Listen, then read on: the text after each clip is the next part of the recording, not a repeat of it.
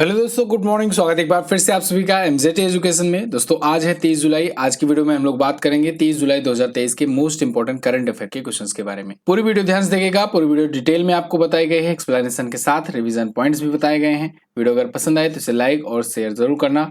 Channel पर अगर नए आए हो चैनल को सब्सक्राइब करके बेल आइकन को प्रेस कर लो, जिससे आने वाली वीडियो का नोटिफिकेशन आप तक पहुंचता रहे। चलिए हम लोग कल का क्विकली रिवीजन कर लेते हैं, उसके बाद आज की करंट अफेयर की तरफ बढ़ेंगे। विश्व प्रकृति संरक्षण दिवस 28 जुलाई को मनाया गया और अंतर्राष्ट्रीय प्रदर्शनी सह सम्मेलन केंद्र भारत मंडपम, इसका उद्घाटन नरेंद्र मोदी जी ने किया है। कहां पर? दिल्ली में। अडानी ट्रांसमिशन लिमिटेड ने अपना नाम बदल करके अडानी एनर्जी सॉल्यूशंस लिमिटेड कर दिया है और मोदी सरकार के खिलाफ अविश्वास प्रस्ताव गौरव गोगोई ने पेश किया हुआ है। अनुराग ठाकुर जी जो कि केंद्रीय मंत्री हैं, उन्होंने एशिया युवा एवं जूनियर भारोत्तोलन चैंपियनशिप का उद्घाटन किया ग्रेटर नोएडा में।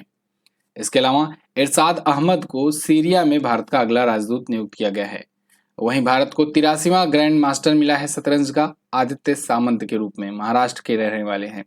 संयुक्त राष्ट्र में भारत के स्थायी राजदूत रुचिरा कंबोज जो है, ये सामाजिक विकास आयोग की 62वीं सत्र की अध्यक्षता संभाल रही हैं। सुप्रीम कोर्ट ने प्रवर्तन निदेशालय यानी कहे कि इन्फोर्समेंट डायरेक्टोरेट के प्रमुख के रूप में संजय कुमार मिश्रा का कार्यकाल 15 सितंबर तक लिमिट किया। और ऑस्ट्रेलिया की लेखिका सकरी चंद्रन जो कि श्रीलंकाई मूल की हैं, इनको माइल्स फ्रैंकलिन साहित्यिक पुरस्कार 2023 मिला हुआ है। ये टॉप 10 करंट अफेयर के क्वेश्चंस थे कल की वीडियो से, जिनका आपने किया क्विकली रिवीजन। अब हम लोग आज की तरफ बढ़ेंगे, आज की करंट अफेयर की तरफ, लेकिन उससे पहले आपको बता दें, अगर आप इसकी पीडीएफ चाहते हो तो डिटेल पीडीएफ आपको दी जाती है बिल्कुल फ्री में एमजेटी ऐप पर।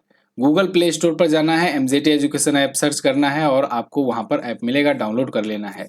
यहाँ पर आप हमारी ई बुक, क्विजेज वगैरह, वीडियो कोर्स, फ्री वीडियो, बहुत सारी चीजें मतलब पा सकते हो। तो फ्री पीडीएफ सेक्शन में जाकर के पीडीएफ डाउनलोड कर लेना और क्विज तो जाकर के जरूर ही सॉल्व कर लेना।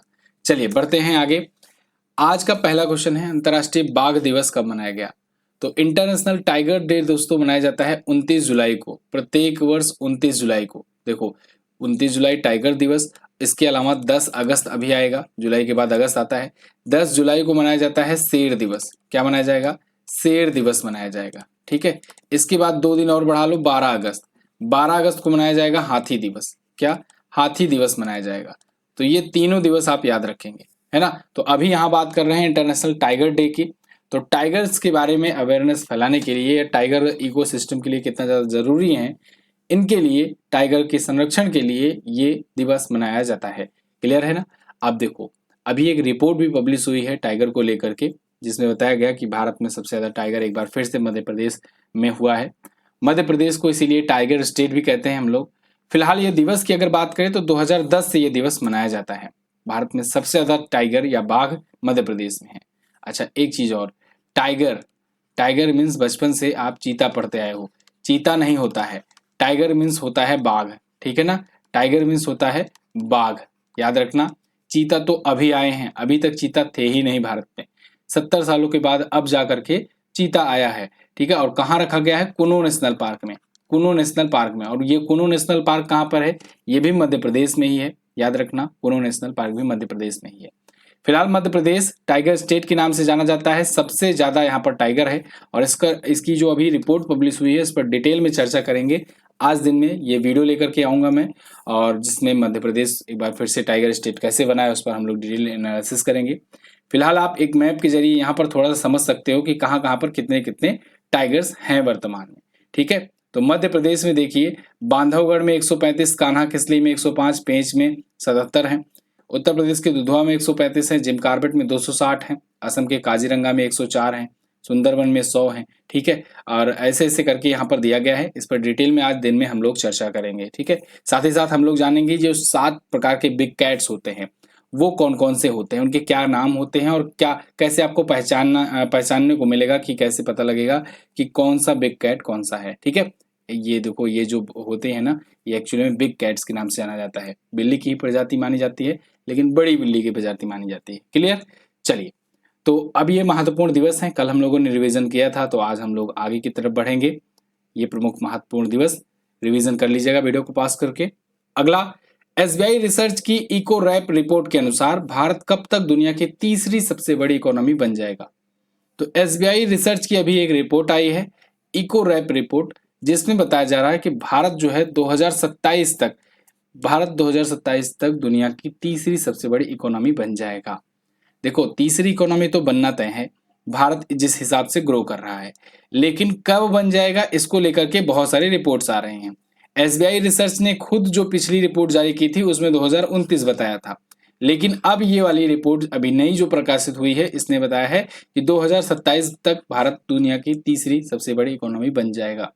ये बहुत बड़ी बात है। देखो, अभी तक ये बात किया जा रहा था कि 2025, 26 या 27 तक चौथी बड़ी इकोनॉमी बनेंगे हम लोग, सिर्फ जर्मनी को पीछे करेंगे। लेकिन अभी एसबीआई रिसर्च की जो ये रिपोर्ट आई है ये चौंकाने वाली है। इसमें बताया जा रहा है कि जापान को भी हम लोग पीछे कर देंगे, है ना। तो जापान को भी पीछे कर देंगे तो इसका मतलब थर्ड लार्जेस्ट इकोनॉमी बन जाएंगे फाइनेंशियल ईयर 28 तक, यानी 2027-28 तक, है ना। तो अब देखो, ये बताया है एसबीआई ने। एसबीआई यानी स्टेट बैंक ऑफ इंडिया, ये भारत की सबसे बड़ी बैंक है सरकारी बैंक में अगर बात करें तो इको रैप रिपोर्ट इसने जारी की है। इको रैप रिपोर्ट कुछ इस प्रकार से इसकी स्पेलिंग रहेगी। तो 2027 में जापान और जर्मनी वगैरह को पीछे कर देगा। आज के टाइम पर बात करें दुनिया की 7 सबसे बड़ी इकोनॉमीज की, तो दुनिया में सबसे बड़ी इकोनॉमी है यूएसए की, फिर है चाइना की, फिर जापान, जर्मनी, भारत, ब्रिटेन और फ्रांस। अच्छा, अभी अगर आपको याद हो कुछ दिन पहले एक और रिपोर्ट आई थी जिसमें बताया गया था कि भारत 2070 तक दूसरी सबसे बड़ी इकोनॉमी आ जाएगा, बन जाएगा। यानी 2070 तक भारत जो है यूएसए को भी रिप्लेस कर देगा। 2070 में स्थिति ये आएगी कि फर्स्ट पोजीशन पर यहाँ पर होगा चाइना, आपका चीन होगा फर्स्ट पर, इसके बाद होगा इंडिया और इसके बाद होगा यूएसए। ये स्थिति होगी 2070 में, ठीक है। तो ये बात आप याद रखना, ये एक नई रिपोर्ट आई थी जो अभी कुछ दिन पहले मैंने बताया हुआ था आपको। फिलहाल अभी की सिचुएशन ये है, आगे की सिचुएशन ये हो जाएगी कि भारत तीसरे स्थान पर आ जाएगा यूएसए और चाइना के बाद, और 2070 में स्थिति ये हो जाएगी कि चाइना के बाद दूसरी सबसे बड़ी इकोनॉमी इंडिया की होगी। आगे, वर्ल्ड सिटीज कल्चर फोरम में शामिल होने वाला भारत का पहला शहर कौन बना? तो दोस्तों ये बन गया है बेंगलुरु। बेंगलुरु शहर, ये कर्नाटक की राजधानी है वैसे बेंगलुरु। तो कर्नाटक की राजधानी बेंगलुरु जो है ये अभी हाल ही में वर्ल्ड सिटीज कल्चर फोरम में शामिल हुई है। वर्ल्ड सिटीज कल्चर फोरम में दुनिया भर के वे शहर आते हैं। टोटल वैसे अभी तक 40 शहर थे, अब हो गए हैं 41 शहर। इसमें वे शहर आते हैं जहां पर दोस्तों कल्चर को ज्यादा महत्वता दी जाती है। कल्चर को लेकर के जो भूमिका का पता लगता है, मतलब कि वहां पर रिसर्च, उससे रिलेटेड बुद्धिमत्ता, इन सब से रिलेटेड वो चीजें शेयर करते हैं। समझ लो, कल्चर को लेकर के जो सबसे ज्यादा समझ है वो उस शहर के लोगों से लिया जाता है ना। अब इसको ऐसा आप देखिए, इन लोग को उतना शायद पता नहीं है, इन लोग को बनारस हो गया या भारत में और भी जो कल्चरल ऐसे जगह हैं उनको शामिल करना चाहिए था, जो कि कल्चर की दृष्टि से कितना ज़्यादा महत्वपूर्ण है। तो यहाँ पर फिलहाल हम लोग बात करेंगे बेंगलुरु की, क्योंकि यहाँ पर थिंक टैंक की भी बात होगी कि जो कल्चर को लेकर के साथ ही साथ रिसर्च भी करें। तो फिलहाल WCCF या कहें कि वर्ल्ड सिटीज कल्चर फोरम में बेंगलुरु भी शामिल हो गया है। ये बना है 41वां शहर। तो आपसे ऐसा भी क्वेश्चन बन सकता है कि कौन सा शहर बना है, तो 41वां ध्यान रखिएगा। इसके अलावा अगर WCCF की बात करें, इसकी स्थापना 2012 में की गई थी जस्टिन सिमंस के द्वारा। अब कर्नाटक की बात कर लेते हैं। कर्नाटक अगर आप देखोगे तो यहाँ पर मैप में आपको दिख जाएगा कर्नाटक। अभी चुनाव हुए थे और सिद्धरामैया जो कि इंडियन नेशनल कांग्रेस पार्टी से हैं, ये यहाँ के नए सीएम बने हुए हैं। बेंगलुरु में इसकी राजधानी है। बेंगलुरु को बसाया था कैंपेगौड़ा ने, ठीक है। तो कैंपेगौड़ा जी के ही नाम पर यहाँ के एयरपोर्ट का नाम रख दिया गया है। यहाँ पर अभी स्टैचू ऑफ प्रॉस्पेरिटी नाम से एक मूर्ति स्थापित की गई है। 108 फीट की ऊंची प्रतिमा है कैंपेगौड़ा जी की, तो वो भी आप याद रखेंगे, ठीक है। बेंगलुरु के संस्थापक माने जाते थे कैंपेगौड़ा। फिलहाल कर्नाटक की राजधानी तो बेंगलुरु है ही। यहाँ के सीएम हैं थावरचंद गहलोत। अभी ये चर्चे में आए थे जब अभी इनको एक फ्लाइट पर बैठने से मना कर दिया गया था, हालांकि दोबारा माफी वगैरह मांगा गया और फिर इनको बैठाया गया, थावरचंद गहलोत जी। यहाँ पर अगर नेशनल पार्क की बात करें तो बांदीपुर नेशनल पार्क बहुत पूछा जाता है और नागरहोल नेशनल पार्क भी पूछा जाता है। कर्नाटक का यक्षगान वर्ल्ड फेमस है। आगे बढ़ते हैं हम लोग। प्रधानमंत्री नरेंद्र मोदी जी ने किस देश के राष्ट्रपति से 13वां संशोधन लागू करने का आग्रह किया? ये बड़ा इंपॉर्टेंट क्वेश्चन है, इस पर तो डिटेल वीडियो बनानी चाहिए इस पूरा कहानी समझाने के लिए। फिलहाल मैं मोटा मोटा आज बता देता हूं, आप सुन लीजिए। पीएम मोदी ने श्रीलंका के प्रेसिडेंट से कहा है कि आप प्लीज जो है अपने देश में 13वां संशोधन लागू कर दीजिए। अब ये 13वां संशोधन क्या है? क्या ये भारत का 13वां संशोधन है? नहीं, ये श्रीलंका के संविधान का 13वां संशोधन है, 13th अमेंडमेंट। इसके तहत क्या होता है, देखो ये 13वां संशोधन जो है ना, ये भारत श्रीलंका समझौता 1987 के नाम से भी जाना जाता है। ये 1987 में भारत के तत्कालीन जो प्रधानमंत्री थे राजीव गांधी जी और उस टाइम के जो श्रीलंका के प्रेसिडेंट थे JR जयवर्धने, इन दोनों के बीच में हुआ था। इस समझौते के तहत भारत और श्रीलंका के रिलेशंस काफी ज्यादा मजबूत हुए थे। भारत और श्रीलंका के बीच एग्रीकल्चर, मेडिकल जैसी बहुत सारी सुविधाएं जो हैं एक दूसरे में ट्रांसफर करना, आदान प्रदान करना, साथ ही साथ कुछ शक्तियों को भी देश के 9 प्रांतों में स्थानांतरित करने और गृह युद्ध का संवैधानिक समाधान ढूंढने को लेकर के था। ठीक है, हालांकि इसको लेकर के बहुत ज्यादा विवाद हुआ और इसके समझ लीजिए कि इसके रिजल्ट के रूप में या कहें कि इसका परिणाम हम लोग को देखने को मिला कि हमारे प्रधानमंत्री की हत्या कर दी गई। और इसके पीछे भी वहीं के एक समझ लो कि विद्रोही संगठन कह सकते हैं, लिट्टे जो था, उसके द्वारा वो अटैक किया गया 1991 में। ठीक है, तो फिलहाल यहाँ पर सिंघली राष्ट्रवादी जो हैं, सिंघली वहां पर, क्योंकि आप अगर आपको पता हो तो वहाँ 2 प्रकार से तमिल रहते हैं, सिंघली तमिल और एक इंडियन तमिल। तो वो जो सिंघली तमिल थे वो लोग इसे 13वें संशोधन को विरोध करते रहते हैं और इसे मानते हैं कि भारत द्वारा थोपा हुआ है, यानी भारत ने जबरदस्ती इससे करवाया हुआ है। इसीलिए यहाँ पर आपको एक लाइन दिखेगी, पीएम मोदी ने श्रीलंका के राष्ट्रपति से लागू करने का आग्रह किया है, मतलब रिक्वेस्ट किया है, जिसे ऐसा ना लगे वो लोगों को कि थोप रहा है भारत फिर से। ठीक है, तो श्रीलंका के प्रेसिडेंट से 13वां संविधान संशोधन, वहां का 13वां संशोधन लागू करने का आग्रह किया गया है। समझ में आई बात? अगर देखिए, अगर आपको और ज्यादा डिटेल में पूरा इतिहास जानना है राजीव गांधी जी से रिलेटेड सारा कुछ, तो आप कमेंट बॉक्स में कीजिएगा कमेंट, मैं इस पर रिसर्च वगैरह करके पूरा सा बढ़िया से एक डिटेल वीडियो बना करके आपको दूंगा। अगला, जुलाई 2023 में नैरोबी में inter governmental panel on climate change यानी IPCC के नए अध्यक्ष कौन बनाए गए? तो इसके नए अध्यक्ष चुने गए हैं जिम इस्केया। अभी नैरोबी में दोस्तों एक वोटिंग हुई जिसमें inter governmental panel on climate change के अध्यक्ष के बनने के रूप में एक वोटिंग थी और इस वोटिंग में विजेता बने प्रोफेसर स्कॉटमैन जेम्स इस्किया। ठीक है, तो ये नए IPCC के चेयर बने हैं। नैरोबी कहाँ है? केन्या में है। कहाँ पर है? केन्या में है। और यहाँ पर हेडक्वार्टर किसका है? UNEP का, यूनाइटेड नेशन के एनवायरमेंट प्रोग्राम का। तो इसका अभी IPCC का 59वां सत्र चल रहा था। उसी 59वें सत्र में अभी वोटिंग हुई और उस वोटिंग में जेम्स फर्गुसन जिम इस्केया ने अमेरिका के थेल्मा क्रुक को हरा करके ये जीत लिया है। ठीक है ना, मतलब कि इसके अध्यक्ष पद का चुनाव। अंतर संकारी जलवायु परिवर्तन पैनल या कहें inter governmental panel on climate change जो है, इसकी स्थापना 1988 में हुई थी। जिनेवा में इसका हेडक्वार्टर है। अगला, हाल ही में भारतीय विज्ञान संस्थान यानी इंडियन इंस्टीट्यूट ऑफ साइंसेज और किस देश के वैज्ञानिकों ने मिलकर के हिमालय में 600 मिलियन साल पुरानी नदी की बूंदों की खोज की? तो दोस्तों, Indian institute of sciences Bengaluru और जापान के एक यूनिवर्सिटी के कुछ प्रोफेसर या साइंटिस्ट ने मिलकर के हिमालय में 600 मिलियन साल पुरानी नदी की बूंदों की खोज की है। ये एक अद्भुत रिकॉर्ड है। यहाँ पर देखिए, द हिंदू का आर्टिकल है आपके सामने। IISc and Japanese scientist discover 600 million year old ocean water from Himalayas which may provide clue to earth past. ये अर्थ के पास्ट, अर्थ का जो इतिहास है उसको जानने में काफी ज्यादा हेल्प करेगा। आपको पता होगा दोस्तों, हिमालय को नवीनतम वलित पर्वत कहा जाता है। ठीक है, और हिमालय में ये मतलब कि ये माना जाता है कि जैसे जो अपना जो टेक्टोनिक प्लेट वाला थ्योरी जो मानते होंगे, अपना जो इंडिया है, इंडिया ये अफ्रीका से टूटा हुआ है। अफ्रीका से टूट करके जा करके ये चाइना रीजन या कहें कि तिब्बत जो है वर्तमान में, उससे जा करके टकराया था और उससे टकराने के बाद फिर जब 2 धरती आपस में टकराई तो बीच में कुछ जो जमीन है वो फोल्ड हो गई, वलित हो गई और वलित होने की वजह से हिमालय का निर्माण हुआ।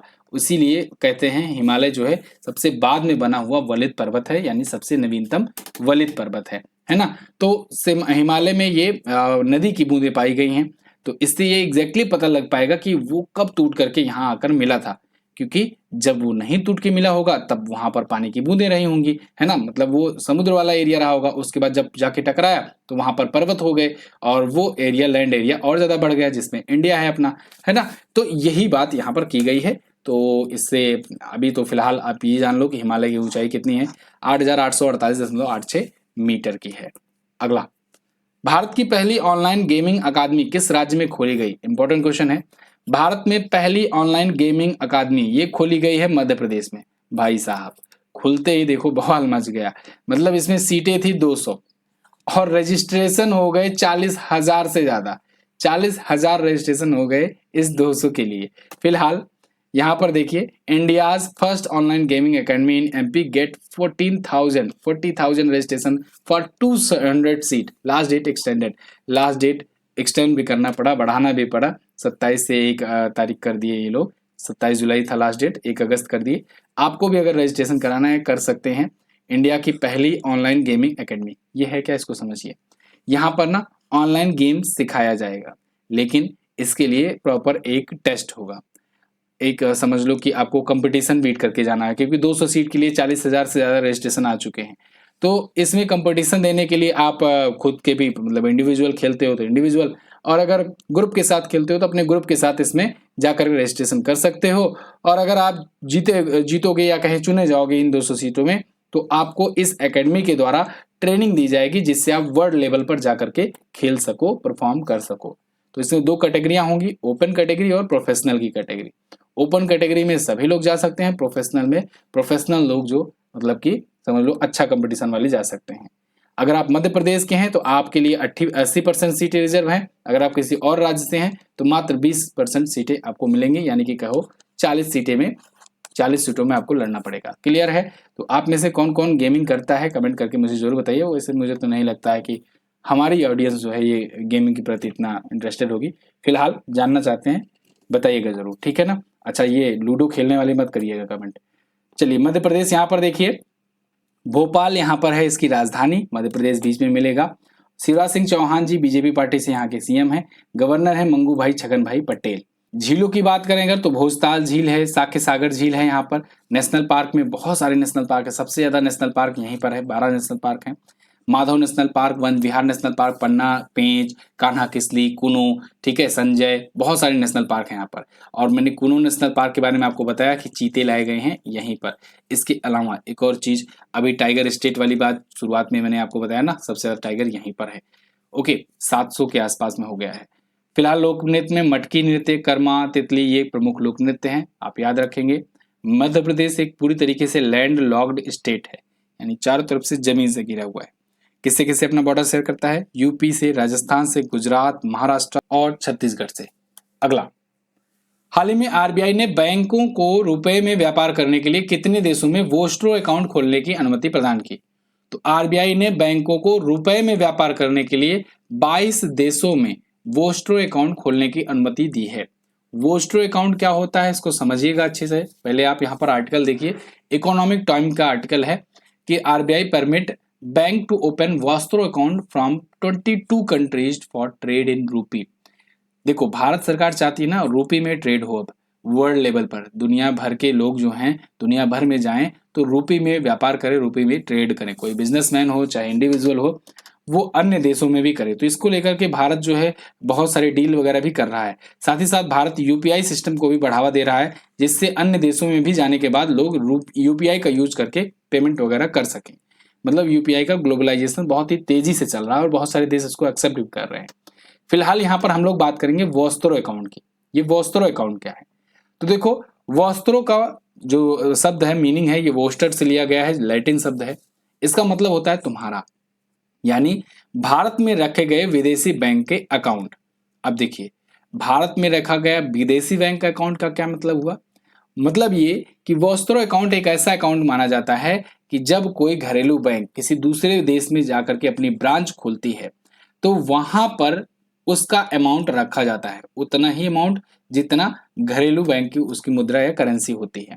ठीक है, मतलब जैसे कि आपका अकाउंट है, आप मान लो आपका अकाउंट है एसबीआई में और इंडिया में अकाउंट है, ठीक है, और आपके पास मान लीजिए है 50,000 रुपए।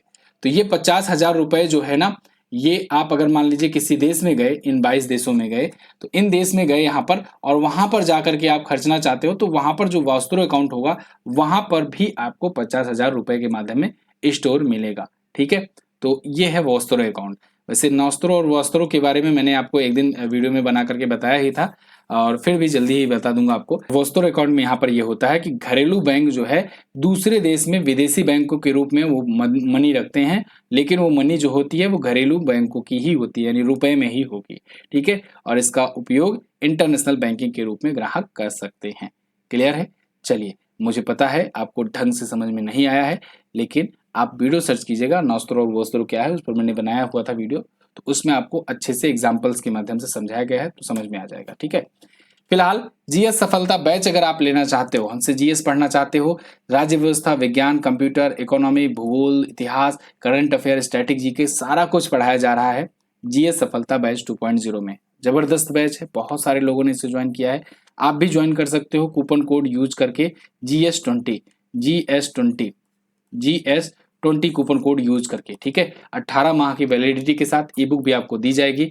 आपको MZT ऐप पर ये बैच मिल जाएगा, या फिर व्हाट्सएप करना है, व्हाट्सएप पर आपको पूरा गाइड किया जाएगा। इस बैच को ज्वाइन कीजिए, इस बैच में जबरदस्त तरीके का समझ लो कंटेंट दिया जा रहा है, आप पढ़ने के बाद आपका दिल खुश हो जाएगा।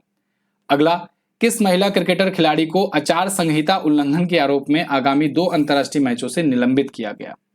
तो दोस्तों भारत की महिला क्रिकेटर कप्तान हरमनप्रीत कौर, इनको आचार संहिता, किसकी आचार संहिता? ICC की आचार संहिता का उल्लंघन करने के आरोप में 2 अंतर्राष्ट्रीय मैचों पर बैन लगाया गया है।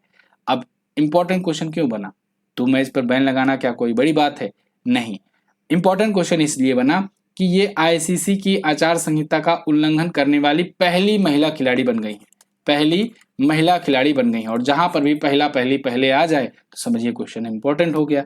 तो पहली महिला ये क्रिकेटर बन गई हैं ICC की आचार संहिता को वायलेट करने वाली। ठीक है, ICC की जो ये कोड ऑफ कंडक्ट है उसको वायलेट करने वाली। हुआ क्या था? हुआ ये था कि ये जब मैच खेल रही थी तो ये जब आउट हो गई, आउट होने के बाद अंपायर ने गलत डिसीजन दे दिया, मतलब इनको लगा ऐसे कि मैं आउट नहीं थी, मुझे आउट दे दिया गया, तो ये क्या की बल्ले से मार दी स्टंप, किल्ली उखड़ गई। ठीक है, इसके बाद साथ ही साथ अंपायर को भी कुछ बुरा भला कर करके चली आई।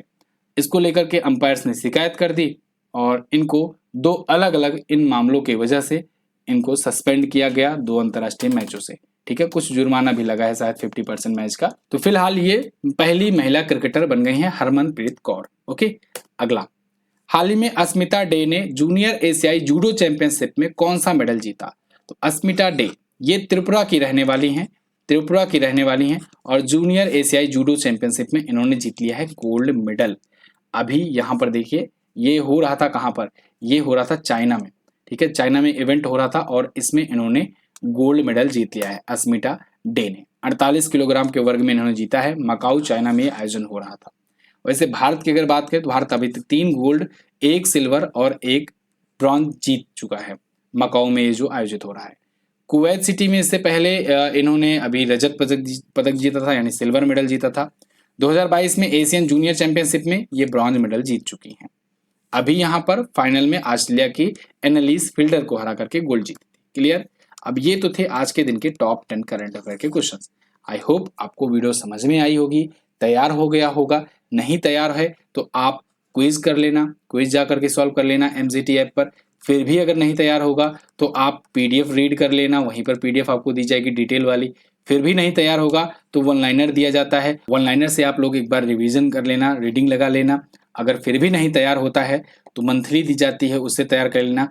फिर भी नहीं तैयार होता है तो भगवान ही आपका भला करें। टेलीग्राम पर भी आपको ये सारी कंटेंट मिलता है। और हम लोग बात करेंगे लास्ट डे क्वेश्चंस की। सबसे बड़ा हिंदू मंदिर अंकोर वाट मंदिर कहाँ पर स्थित है? कंबोडिया में है, ये बताया था मैंने आपको। CRPF के महानिदेशक कौन है? सुजायलाल थाउसेन जी है। आज आपको क्या बताना है? आज आपको बताना है लोकसभा सांसद द्वारा मंत्रिपरिषद के खिलाफ अविश्वास प्रस्ताव पेश करने के लिए कम से कम कितने सदस्यों के समर्थन की जरूरत होती है। इसके अलावा भारोत्तोलन राष्ट्रमंडल चैंपियनशिप में भारत ने कुल कितने मेडल जीते हैं। दोनों क्वेश्चंस के बारे में जो भी पता होगा डिटेल में जरूर आंसर करने का प्रयास करना, आसपास की पॉइंट भी लिखना। और बस इतना ही रखते हैं वीडियो में, मिलेंगे अगली वीडियो में, अगली क्लास में। तब तक के लिए नमस्कार, जय हिंद, वंदे मातरम।